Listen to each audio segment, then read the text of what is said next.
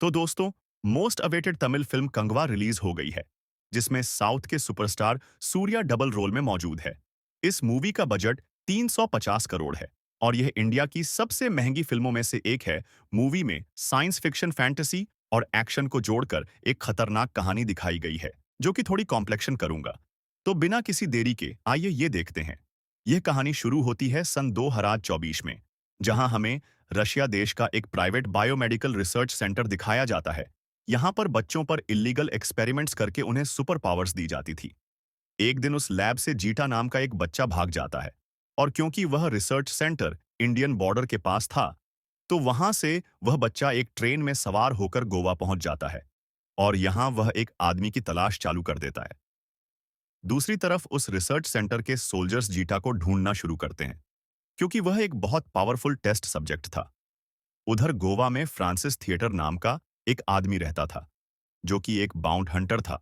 मतलब पैसा लेकर किडनैपिंग करने वाला फ्रांसिस और उसका असिस्टेंट कॉल्ड गोवा की पुलिस के लिए काम करते थे, और वह पैसे लेकर क्रिमिनल्स को पकड़ते थे।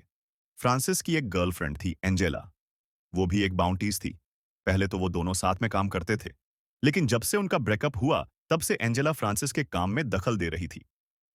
फिर एक दिन फ्रांसिस और कॉल्ड एक क्रिमिनल को पकड़ने के लिए एक समुद्री जहाज पे जाते हैं, पर वहां गलती से वह आदमी उनके हाथों मारा जाता है। तब वह दोनों वहां से निकल के भागने लगते हैं, लेकिन उस वक्त उस जहाज पे वह बच्चा जीटा भी मौजूद था, जिसने यह मर्डर होता हुआ देख लिया था। और जीटा को जिस आदमी की तलाश थी, वो असल में फ्रांसिस ही था, क्योंकि उन दोनों का कोई पुराना कनेक्शन था। फिर फ्रांसिस और कॉल्ड वहां से चले जाते हैं, और उनके वहां से जाने के बाद एंजेला उस जहाज पर पहुंचती है। वहां जब उसे वो क्रिमिनल मरा हुआ मिलता है, तब वो जीटा को अपने साथ रख लेती है, ताकि वो उससे यह जान सके कि वो खून किसने किया है, क्योंकि इस राज के बदले में उस क्रिमिनल का भाई एंजेला को पैसे देने वाला था। उधर जब फ्रांसिस और कॉल्ड को पता चलता है कि एंजेला के पास वो बच्चा है, तो वो दोनों वहां पहुंचकर उस बच्चे को किडनैप कर लेते हैं और एक जगह पर छुपा देते हैं। पर अब एंजेला को यह पता चल गया था कि फ्रांसिस और कॉल्ट ने उस क्रिमिनल को मारा है, इसीलिए वह उसके भाई को लेकर वहां पहुंच जाती है, जहां जीटा, कॉल्ट और फ्रांसिस मौजूद थे। लेकिन तभी उस जगह पर वो रशियन सोल्जर्स भी आ जाते हैं, और वह वहां पर हमला करके जीटा को लेकर चले जाते हैं। तब फ्रांसिस को भी उस बच्चे से कोई कनेक्शन महसूस होता है, और वह उसे बचाने के लिए उन रशियन सोल्जर्स के पीछे भागने लगता है। असल में जीटा और फ्रांसिस का सदियों पुराना रिश्ता था, और उन दोनों ने किसी वजह से नया जन्म लिया था। उनके पिछले जन्म की कहानी लगभग 1000 साल पहले की है, जिसे समझने के लिए हमें इतिहास और एक लंबी घटना को जानना पड़ेगा। सन 1050 के दौरान इंडिया में 5 आइलैंड यानी टापू थे, जिनका नाम था मंडिया, वकाल, मुकाल, अर्थी और पेरू माछी। इन सभी आइलैंड की अलग अलग खासियत थी, और यहाँ के लोग दूर रहकर भी एक एक दूसरे से काफी जुड़े हुए थे। लेकिन सिर्फ अर्थ ही ऐसा टापू था जहाँ के लोग बहुत खतरनाक थे, और वह दूसरों से ज्यादा वास्ता नहीं रखते थे। इन पांचों द्वीप में सबसे बड़ा और खूबसूरत था पेरूमाची द्वीप, जहां के लोग बहुत हिम्मत वाले और ताकतवर थे। इस कबीले के राजा सिंधी का बेटा था कंगवा, जो कि एक बहुत अच्छा योद्धा था। कंगवा असल में फ्रांसिस का पिछला जन्म था, जिसने काफी बड़ी बड़ी जंग लड़ी थी। सन 1080 में कई सारे रोमन सोल्जर इंडिया थे, और उन्होंने इन 5 आइलैंड में से किसी एक पर कब्जा करने का सोचा था, जिसके लिए उन्होंने एक बंजारे आदमी मियाँ सन से मदद मांगी, जो कि उन पांचों टापू के बारे में अच्छी तरह जानता था। मियाँ सन से बात करने के बाद वह सैनिकों ने पेरूमाची को हथियाने का फैसला किया, क्योंकि वह द्वीप सबसे बड़ा था। पर वहां कब्जा करना काफी मुश्किल था, क्योंकि वहां के लोग बहुत ताकतवर थे। इसलिए मियाँ सन ने मंडिया द्वीप के एक आदमी कोडुआ को अपने साथ शामिल कर लिया, जो कि बहुत चालाक था। उसकी मदद से ये लोग पेरू माछी को कमजोर कर सकते थे। कोडुआ का एक बेटा था, पोरुआ। वो असल में जीटा का पिछला जन्म था, जिसकी कहानी हमें आगे देखने को मिलेगी। फिर कोडुआ पेरूमाची के राजा सधी के पास जाता है, और वो वहां के 100 योद्धाओं को काम दिलाने के बहाने गांव से बाहर निकालता है।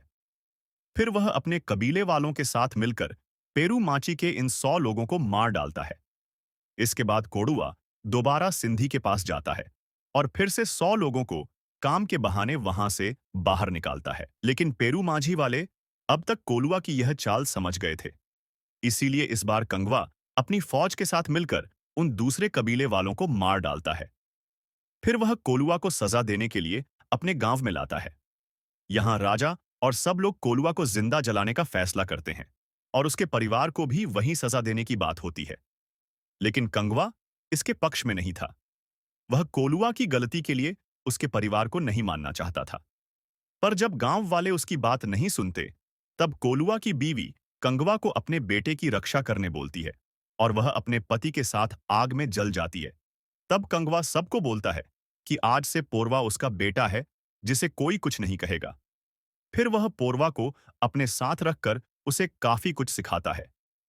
दूसरी तरफ मियाँ सन अब कोलुआ के मरने के बाद रोमन सैनिकों को अर्थी टापू पर लेकर जाता है, क्योंकि वह लोग पेरू माची के दुश्मन थे और इनकी मदद से रोमन सोल्जर वो टापू जीत सकते थे। यहाँ वो लोग आपस में सौदा कर लेते हैं।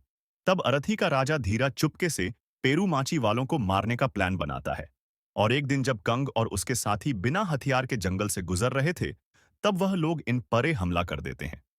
इसके बावजूद भी कंग और उसकी फौज अर्थी के लोगों को हरा देते हैं, जिसमें उधराया का बेटा पोरवा अपने बाप की मौत का बदला लेने के लिए कंगवा पर वार कर देता है।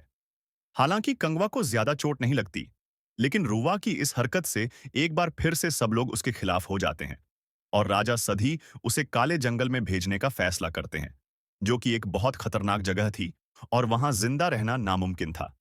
लेकिन क्योंकि कंगवा ने पोरवा की मां को उसकी रक्षा का वचन दिया था, इसलिए वह अब भी उसे बचाना चाहता था। पर क्योंकि राजा का आदेश टाला नहीं जा सकता था, इसलिए कंगवा भी पोरवा के साथ काले जंगल में चला जाता है। पोरवा अपने पिता से बहुत प्यार करता था और क्योंकि कंगवा की वजह से उनकी मौत थी, इसीलिए वह उसकी जान का दुश्मन बन गया था। पर कंगवा इस बच्चे का दर्द समझ रहा था और वह उसके दिल की आंख को शांत करने के लिए पोरवा को यह वचन देता है कि वह उसके हाथों ही मरेगा। लेकिन अभी पेरू माछी और अरथी में जंग छिड़ गई थी। इसीलिए कंगवा रुआ को बोलता है कि फिलहाल उसे अपने लोगों को बचाने के लिए जिंदा रहना जरूरी है, पर इस युद्ध के बाद वह उसकी जान ले सकता है। फिर वह दोनों काले जंगल में पहुंच जाते हैं, जहां कंगवा पोरवा को जंगली जानवरों से बचाता है और उसका काफी ख्याल रखता है, जिसकी वजह से पोरवा का गुस्सा शांत होने लगता है। दूसरी तरफ उधराया उड़ाते हैं और उससे अपने पैसे वापस मांगते हैं। इसीलिए वह उन्हें मार डालता है, क्योंकि अब उन्हीं पैसों के लिए नहीं बल्कि अपने बेटों की मौत के लिए कंगवा से बदला लेना चाहता था। अब भी कुछ दिन बाद अर्थी और पेरू माची में जंग होने वाली थी, लेकिन उससे पहले ही उधी का तीसरा बेटा थुप्पल पेरू की कुछ लड़कियों पर हमला कर देता है और कंगवा को सामने आने बोलता है। लेकिन वह सब लड़कियां मिलकर थोपन और उसके साथियों को मार देती है। फिर पांचों टापू वाले एक खास जगह पर मिलके इस मुद्दे पर बातचीत करना शुरू करते हैं कि गलती किसकी है, पेरू माची की या अर्थी की। लेकिन क्योंकि अब उधर आया, वह बहुत गुस्सा हो जाता है और सरेआम राजा सिद्धि को मार देता है और जंग का ऐलान कर देता है। उधर कंगवा को यह खबर मिल गई थी कि उसके पिता मारे गए और अब अरथी के लोग उन परे हमला करने वाले हैं। फिर जब उधराया के साथ समुद्री जहाज से पेरू माची से लड़ने जाने लगता है, तब कंगवा अपने लोगों को बचाने के लिए जंगल में युद्ध की तैयारी कर लेता है। फिर वह वहां पर बहुत सारी मशालें जला देता है, जिससे उधर आया छी के लोग डर के मारे काले जंगल में छुप गए हैं। इसलिए वह अपना रास्ता मोड़ के अपनी सेना को काले जंगल में भेज देता है। वहां कंगवा ने आग पानी और जानवरों की मदद से ऐसे जाल बिछा के रखे थे, जिससे वह अकेला ही अर्थी के सभी योद्धाओं को मार देता है। लेकिन लड़ाई के बीच में उधर आया करर पोरवा को किडनैप कर लेता है और उसे लेकर जहाज पर चला जाता है, ताकि कंगवा उसे बचाने वहां आए और उनके जाल में फंस जाए। फिर जब कंगवा उस जहाज पर जाता है, तब उधी पोरवा को एक रस्सी से बांधकर समुद्र के पास लटका देता है। इसके बाद वह उस रस्सी को छोड़ देता है, जिसे कंगवा पकड़ लेता है और वह उधराया लड़ाई भी करने लगता है। पर एक हाथ से पोरवा को बचाना और दूसरे हाथ से उधराया बहुत मुश्किल हो गया था और कंगवा हारने की कगार पर पहुंच गया था। तब पोरवा को एहसास होता है कि कंगवा उससे कितना प्यार करता है और उसके लिए उसने अपनी जान और कबीले को भी दांव पर लगा दिया है। इसी वजह से पोरवा अपनी रस्सी काट लेता है, ताकि कंगवा उधर आया और पेरू माछी को बचा ले। तब पवा पानी में गिर जाता है और उसे बड़ी मछलियां खा लेती हैं। यह देखकर कंगवा को बहुत बुरा लगता है और वह उधराया के मरने से कंगवा का वचन टूट गया था कि वह उसकी रक्षा करेगा और उसके हाथों मरेगा। इसी वजह से कंगवा यह कसम खाता है कि वह फिर से एक नया जन्म लेकर पोरवा का एहसान चुकाए। दूसरी तरफ अर्थी टापू के लोग शोक मना रहे थे कि उनका राजा और उसके तीनों बेटे मर चुके हैं, इसीलिए अब वहां शासन करने वाला कोई नहीं है। तभी वहां पर उधर आया है, जो कि एक नाजायज औलाद था और वह रखेल से जन्मा था, इसीलिए उधर आया था। पर अब वह लौट जाता है और खुद को अरथी का नया राजा घोषित कर देता है। रक्ता आसन बहुत खतरनाक और जंगली आदमी था। उससे सब लोग डरते थे और अब वह खुद को सबसे ताकतवर साबित करने और अपने बाप की मौत का बदला लेने के लिए कंगवा को मारने का फैसला करता है। इसके बाद हमें भविष्य यानी सन 2024 का समय दिखाया जाता है, जहां कंगवा का नया जन्म फ्रांसिस वो बच्चे जीटा यानी पोरवा के नए जन्म को बचा रहा था। उस रशियन ऑर्गेनाइजेशन ने जीटा को सुपर पावर देने के लिए उसके दिमाग के साथ छेड़छाड़ की थी।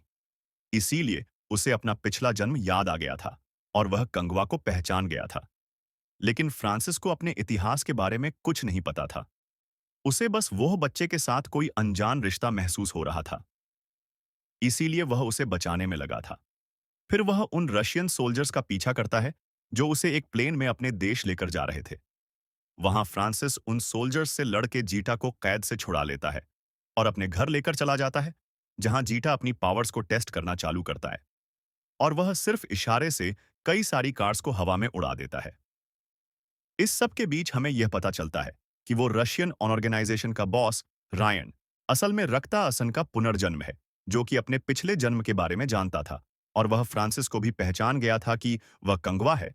और क्योंकि फ्रांसिस ने जीटा को उनसे छीन लिया था, इसीलिए अब रायन खुद फ्रांसिस और जीटा को पकड़ने का फैसला करता है।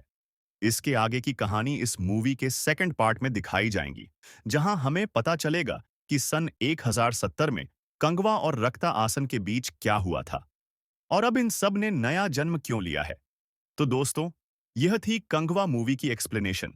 अगर आपको यह वीडियो अच्छी लगी हो तो इसे लाइक और शेयर जरूर करिए और ऐसी ही इंटरेस्टिंग वीडियोस देखने के लिए सब्सक्राइब कीजिए हमारा चैनल और इस बेल आइकॉन को दबाइए ताकि आपको हमारी वीडियोस सही टाइम पर मिल सके।